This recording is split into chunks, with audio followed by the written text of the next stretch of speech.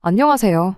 저는 올해 30대 초반의 여자이고 결혼한다고 신혼집까지 사놓았다가 결국 지난달에 파혼하게 된 저희 이야기를 해보려고 이렇게 찾아왔습니다.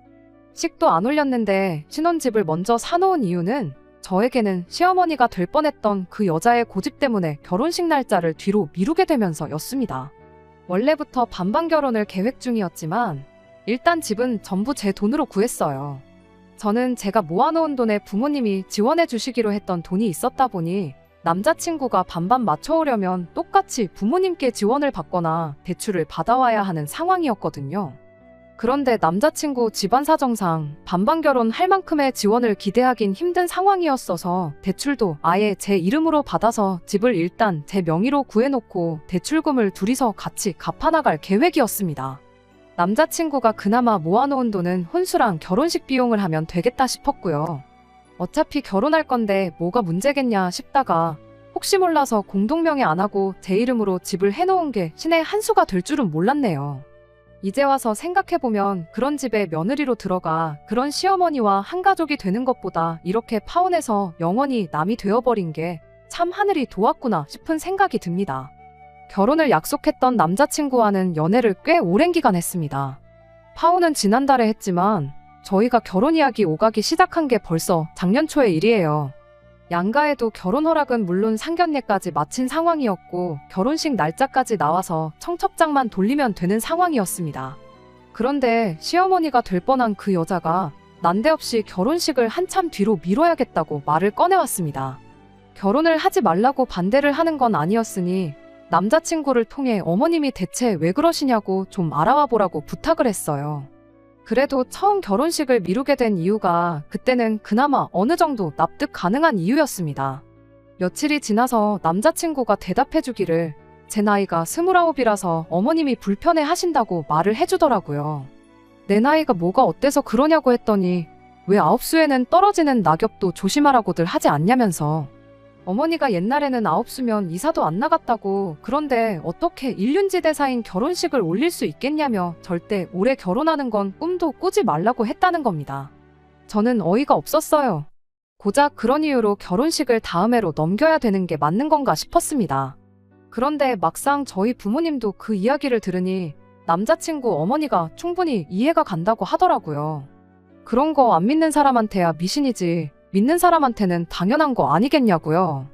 그리고 오히려 내년에 결혼하는 게 저한테 잘 된 거라고 하시더라고요. 나는 짜증이 나서 죽겠는데 잘 된 일은 뭐가 잘 된 일이냐고 부모님 앞에서 툴툴거렸어요. 저희 부모님께서는 그게 아니고 원래 딸내미 결혼하는데 뭐 하나 못 해주는 게 늘 마음에 걸렸는데 내년으로 결혼이 미뤄지면 이야기가 다르다고 말을 하시더라고요. 어디서 목돈 들어올 것도 있고 적금 만기되는 것도 있어서 내년에는 자금적으로 여유가 있으시다고 결혼 미뤄진 김에 저한테 돈을 최대한 많이 지원해 주실 생각이라고 하셨어요. 물론 결혼식 안 미뤄지고 정상적으로 결혼했다고 하면 다음 해에 돈 들어오면 저한테 똑같이 주실 생각이셨어요. 부모님 말씀은 똑같은 돈을 결혼하고 나서 받아가는 것보다 결혼 전에 가져가는 편이 더 생색이 나지 않겠냐며 좋은 게 좋은 거라 생각하라고 하셨죠. 돈 얼마 때문에 제 마음이 풀려서 결혼을 미룬 것처럼 보일 수도 있겠지만 그런 것보다 저도 신경 쓰기 시작하니까 아홉수라는 게 계속 마음에 걸리기도 했습니다. 아홉수고 나발이고 싹 다 무시하고 고집 부려서 강행했다가 정말 만에 하나 무슨 사소한 사건이나 사고라도 생기게 된다면 괜히 그게 아홉수의 결혼을 강행한 제 책임이 될 것 같기도 하고 저희 부모님 말 맞다나 안 믿는 사람한테나 미신이지 집에서 일부러 문지방도 안 밟으려고 피해 다니는데 괜히 그런 거 믿는 사람이 있겠냐 하는 생각도 들었어요. 그래서 그때는 그냥 좋게 좋게 넘어갔어요. 거의 1년이라는 시간을 낭비해야 했지만 그래도 남자친구와 사이는 계속 좋았으니까 그냥 우리는 연애 1년 더 하기로 했다 그렇게 생각하고 말기로 했습니다. 그렇게 시간은 지나 새해가 밝았어요.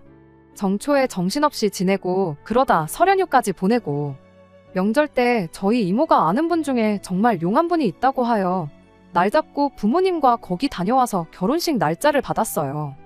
용한 분이 사주도 풀고 뭐도 풀고 다 해서 이날만큼 좋은 날이 없다 해서 받아온 날짜인데 그 정도면 남자친구 어머니도 만족할 거라고 생각했습니다. 날짜는 지금 제가 이 사연을 적고 있는 시점으로부터 한 달 전이고요. 용하다는 그분이 결혼하기 좋은 날짜라고 했지. 제가 결국엔 결혼식장 입구도 못 밟아보고 이렇게 파혼하게 될 건지는 모르셨나 봐요. 지금에 와서는 무슨 좋은 꼴 보겠다고 질질 끌다가 이렇게 파혼을 하게 되었는지 싶네요. 아무튼 예상대로 남자친구 어머니도 용한 분한테 날짜 받아왔다고 하니 이번엔 날짜를 가지고 딱히 뭐라고 하지는 않았어요. 애초에 결혼을 반대한다고 결혼 날짜를 미루란 게 아니었으니 이번만큼은 미루는 일 없이 빨리 결혼해서 둘이 행복하게 살라고 좋은 말까지 해줬습니다. 그 후로 저희도 훗날로 미뤄두었던 결혼 준비에 박차를 가하기 시작했어요. 결혼식까지는 몇 달이나 시간이 남은 상황이었지만 부모님이 말씀하셨던 그 목돈도 들어왔고 집값이랑 물가라는 게 또 어떻게 되는지 모르니 미리 해놓을 수 있는 건 미리미리 해놓자는 계획이었어요. 집은 결혼 준비 다 끝나고 나서 최대한 천천히 알아보려고 했는데 어쩌다 보니 저랑 남자친구 출퇴근하는데 정말 완벽한 위치에 급매로 나온 아파트를 하나 찾게 되었습니다. 다만 돈이 조금 모자란 상황이었어요. 앞서 말씀드렸던 것처럼 원래는 반반 결혼을 하기로 했었는데 저희 집에서 지원을 해주면서 남자친구 돈이 한참 모자란 상황이었거든요. 남자친구가 대출 받아온다는 거 이래저래 생각하다가 일단 우리 집에서 대출까지 받아서 일단 내 명의로 집부터 구해놓기로 결정을 내렸습니다. 그렇게 2달이 또 지나서 집도 완전히 제 소유가 되었어요. 리모델링까지 하기에는 자금적 여유가 없었지만 집을 미리 구한 만큼 시간적인 여유가 있었지요. 그래서 퇴근 후에 시간 나는 대로 조금씩 저희가 직접 할 수 있을 법한 것들은 셀프 리모델링을 하기로 했습니다. 저도 남자친구도 손재주에는 자신이 있는 편이었다 보니 전문 지식이나 기술이 필요한 것들만 아니면 웬만한 것들은 시간이 걸리더라도 직접 할 수 있겠더라고요. 같이 집 고치고 그러면서 진짜 이제 결혼식만 올리면 되겠다 싶을 만큼 모든 준비가 끝이 났습니다. 그때까진 행복하기만 했지 또 말도 안 되는 이유로 결혼식을 미뤄야 하는 일이 생길 줄은 생각도 못했어요. 남자친구한테 위로 나이차가 7살 많은 형이 한 명 있습니다.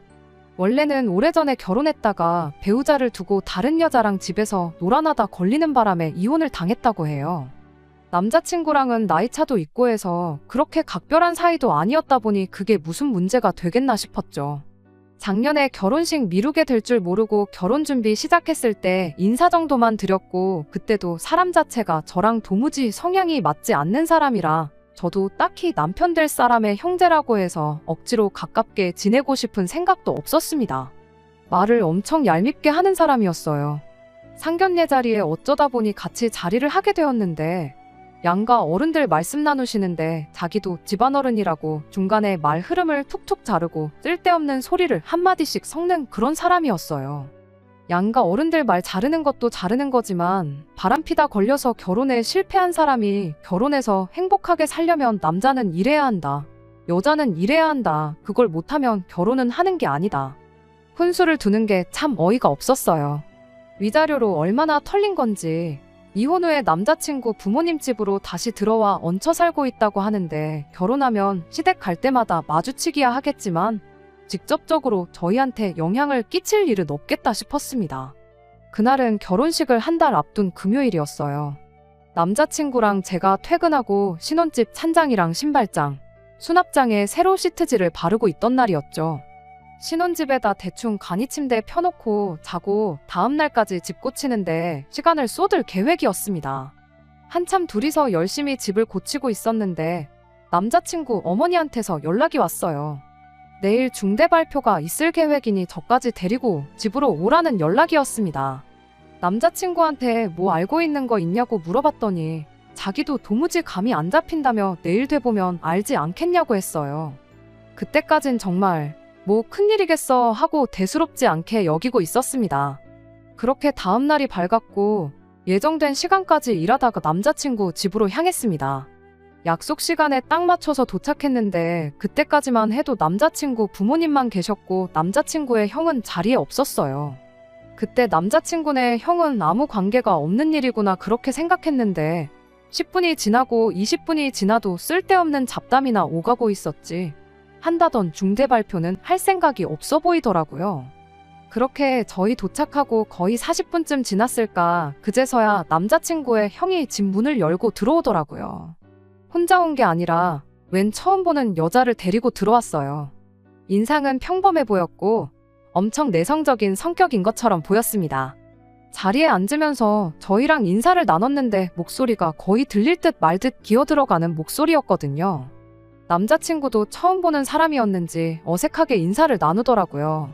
남자친구네 형까지 자리에 있으니 그제서야 무슨 일이 있어도 있겠구나 싶었어요. 남자친구도 이 상황이 어색하고 이해가 안 되는 듯 저랑 눈으로 이게 무슨 일이냐는 듯한 사인만 주고받으면서 자리에 앉아 있었습니다. 그리고 곧바로 충격적인 이야기가 이어졌어요. 한다던 중대 발표가 남자친구 어머니가 하려던 게 아니고 남자친구네 형이 하려던 이야기였습니다. 그 데리고 온 여자랑 결혼을 하겠답니다. 이혼한 뒤로 저희 상견례 자리에서 결혼은 미친 짓이라는 듯이 이야기하던 사람이 난데없이 결혼하겠다는 이야기를 꺼내니까 놀라웠네요. 남자친구도 남자친구네 형이 만나고 있는 사람이 있는 줄은 생각도 못했답니다. 그리고 결혼하면 결혼하는 거지 뭐 중대 발표라고 저희까지 불러서 저러나 싶었어요. 관심도 없는데 두 사람이 어떻게 만났는지 뭐 그런 이야기를 꺼내기 시작하더라고요. 그런데 막상 이야기를 들으니 정말 놀라워서 입이 다물어지지가 않을 정도였습니다. 두 사람이 하루 이틀 만나고 충동적으로 결혼하는 게 아니었어요. 이미 서로를 알고 지낸 지는 5년도 더 넘었다고 하더라고요. 그런데 5년 전이라 하면 남자친구네 형이 이미 결혼 생활을 하고 있던 시기였거든요. 알고 보니 정말 평범하디 평범하고 내성적이고 조용해 보이는 그 여자가 그때 당시 남자친구네 형이 바람을 피우던 그 상대방이라고 하네요. 그렇게 애틋한 사이였으면 이혼하고 바로 결혼을 하면 되는 거지. 왜 이혼하고 몇 년이나 지난 지금 시점에 와서 결혼 이야기를 꺼내는가 싶었는데 이어지는 대화에서 그 이유를 알게 되었고 그 이유가 더욱더 충격적이었습니다. 바람을 피던 그 당시에 그 여자도 가정이 있던 사람이었다고 해요. 남자친구네 형은 곧바로 소송 걸리고 이혼을 당했는데 그 여자 쪽에서는 남편 되는 사람이 부처님이라도 되는 건지 여자를 용서해주고 그냥 결혼 생활을 이어갔다네요. 그런데 그 이후로도 몰래몰래 남자친구네 형하고 계속 만남을 가지고 있었고 그러다 결국 또다시 꼬리를 밟혀서 결국 이혼을 당했다는 겁니다. 산 넘어 산이라고 거기서 끝이 아니었어요. 이혼이 마무리된 게 몇 주 전이라는데 그 사이에 두 사람 사이에 아이가 생겼답니다. 그래서 둘이 결혼해서 가정 꾸리고 살기로 이야기가 되었다는 거고요. 남자친구 어머니가 중대 발표가 있을 거라 말하고 자리를 만든 거였으니 그 자리에 적어도 저희들 빼고는 이미 두 사람이 결혼한다는 걸 알고 있는 상황이었던 거였어요. 뭐 두 막장남녀가 이제 드디어 제대로 된 짝을 찾아서 결혼을 한다는데 내용이 충격적이긴 했지만 툭 까놓고 말해서 제가 알 바는 아닌 이야기들이었죠. 아무튼 그렇게 남자친구 부모님, 저희랑 남자친구 형과 여자분 여섯이서 식사를 시작했어요. 둘이선 얼마나 애틋한지 밥 먹으면서도 입에다 서로 떠먹여주고 아주 둘이 좋아가지고 난리도 아니더라고요. 식사가 끝나고 나서는 차 마시면서 두 사람 꽁냥대고 있는 거 구경만 하고 있었어요. 뭐 중대 발표라더니 별것도 아닌 이야기였네 싶었고 저희가 더 있을 이유도 없는 것 같아서 저희는 그럼 이만 돌아가 보겠다고 자리에서 일어났죠. 그런데 남자친구 어머니가 너네한테는 따로 할 말이 있다며 저희를 불러 세웠어요. 또 무슨 할 말이 남았나 싶었는데 남자친구 어머니가 세상 천하에 말도 안 되는 부탁을 해왔습니다.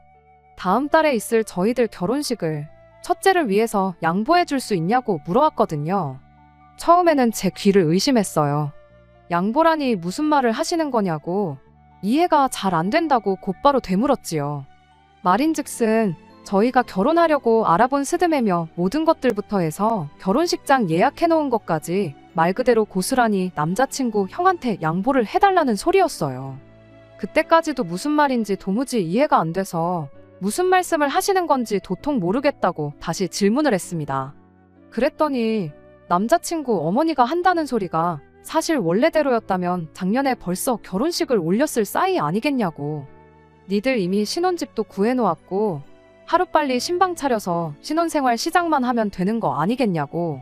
사실상 1년 반이나 이렇게 살았으면 이미 부부나 마찬가지인데 결혼식을 올리고 말고가 뭐가 그렇게 중요하냐고. 올려도 천천히 올리면 되는 거 아니겠냐고 하더라고요. 첫째 아가가 벌써 뱃속에 아이도 생겼고 지금이야 멀쩡하지만 3개월 지나면 배불러 오는 거 순식간인데 인생에 한 번뿐인 결혼식인데 가장 예쁠 때 하고 싶지 않겠느냐는 말도 안 되는 소리를 하더라고요. 남자친구가 거기서 단호하게 한마디 해줬으면 좋았겠지만 충격을 먹은 건지 아무 말도 못하고 가만히 앉아만 있었어요. 이래선 안 되겠다 싶어서 제가 말을 꺼냈죠. 원래대로면 작년에 올렸을 결혼을 누구 때문에 미룬지 기억 안 나시냐고요. 어머님 때문에 저희가 결혼식을 거의 1년 반을 넘게 미룬 건데 무슨 말을 그렇게 하냐고 했어요. 그리고 인생에 한 번 있는 결혼식이라니 그게 무슨 소리냐고 고개 돌려서 두 사람 한 번씩 흘겨보면서 이미 벌써 한 번씩 다녀온 사람들이지 않냐고 한마디 했어요. 그랬더니 그 조용했던 여자가 둘이서 하는 결혼식은 처음 아니냐고 제 말을 딱 자르더라고요. 아니 그럼 뭐 멀쩡한 부부들은 살면서 두 번, 세 번씩 결혼식을 올리냐고 되받아쳐졌죠. 제가 나이가 제일 어렸지만 제 말의 기분은 나빴을지언정 틀린 말은 아니니 거기다 대고 또 뭐라고 말은 못하더라고요. 사실 기분 나쁘라고 받아쳐준 말이 맞기도 했고요. 아무튼 저희는 결혼식을 절대로 양보할 생각 없고 또한 저 두 사람들 때문에 우리 결혼식 날짜를 또 미룰 생각 없다고 딱 잘라 대답했어요. 그러지 말고 이제 한 가족인데 좋은 방법이 있는지 상의해보자며 붙잡길래 저는 제 할 말 다 했고 말 맞다나 아직 식도 안 올렸는데 가족은 무슨 가족이냐고. 절대로 목에 칼이 들어와도 제 생각은 바뀌지 않을 거라 단호하게 한마디 말하고 그 길로 자리에서 일어나 남자친구 데리고 집에 돌아왔습니다. 집에 돌아오는 길에 남자친구는 아무 말도 하지 못하고 있었어요. 그때까지만 해도 남자친구가 형이랑 어머니 때문에 엄청 충격을 받았나 보다 싶어서 안쓰럽기까지 했지요. 집에 도착해서 정말 화딱지가 난다고 열불이 뻗쳐서 제 명에 못 살겠다고 저 혼자 허공에 다 대고 짜증을 내고 있는데 남자친구가 그제서야 굳게 닫고 있던 입을 열었습니다. 차라리 자기 가족들한테 시원하게 욕이라도 했으면 제가 미안해서라도 더 이상 아무 말도 안 하고 열받는 거 속으로 눌러 참았을 텐데 남자친구는 거기서 말도 안 되는 부탁을 한 자기 가족들이 아니라 저한테 화를 내기 시작했어요. 저보고 그렇게밖에 말을 할 수 없었냐고요. 그때까지만 해도 내 남편 될 사람이니까 나랑 가정을 꾸릴 사람이니까 자기 형이랑 부모님 앞에서 막말을 하던 제 말투를 가지고 한마디 하는 줄 알았습니다. 그런데 그게 아니라 다 같이 머리를 맞대면 다른 방법을 강구할 수 있지 않았겠냐는 어린 반푼어치도 없는 소리를 하고 있더라고요. 팔은 안으로 굽는다고 중요한 상황에서 자기 가족들 편을 들은 거예요. 저도 그때부터는 어이가 없어서 다른 방법이라니 뭐 거기서 어떤 방법을 제시했어야 되느냐고 남자친구한테 화를 내면서 따지듯 물었습니다. 다른 방법이 있기는 뭐가 있었겠냐고. 사이즈 보니까 이미 우리한테 결혼식 양보하라고 말하려고 작정하고 자기들끼리 입 맞춰놓고 우리를 자리에 불러낸 거 딱 보면 모르냐고 했더니 남자친구도 할 말이 없는지 또 어금니 꽉 깨물고 고개 숙인 채 바닥만 보고 있더라고요. 그러다가 뭐 엄청난 방법이 생각이 났는지 그럼 양보를 안 하더라도 차라리 그날 합동 결혼식을 하면 어떻겠냐고 제안했으면 되는 거 아니었냐고 하더라고요. 예식 순서만 조금 바꿔서 신랑 신부 입장하고 나서 그 다음에 형님네가 입장을 하면 형제가 우애도 좋아 보이고 그림이 참 좋지 않겠냐면서 마치 그때부터는 자기가 엄청난 해결 방법을 찾아낸 듯이 말을 청산유수로 쏟아내더라고요. 어차피 형이랑 그 여자분 떳떳한 결혼식도 아닌데 하객이 와봐야 얼마나 오겠냐고.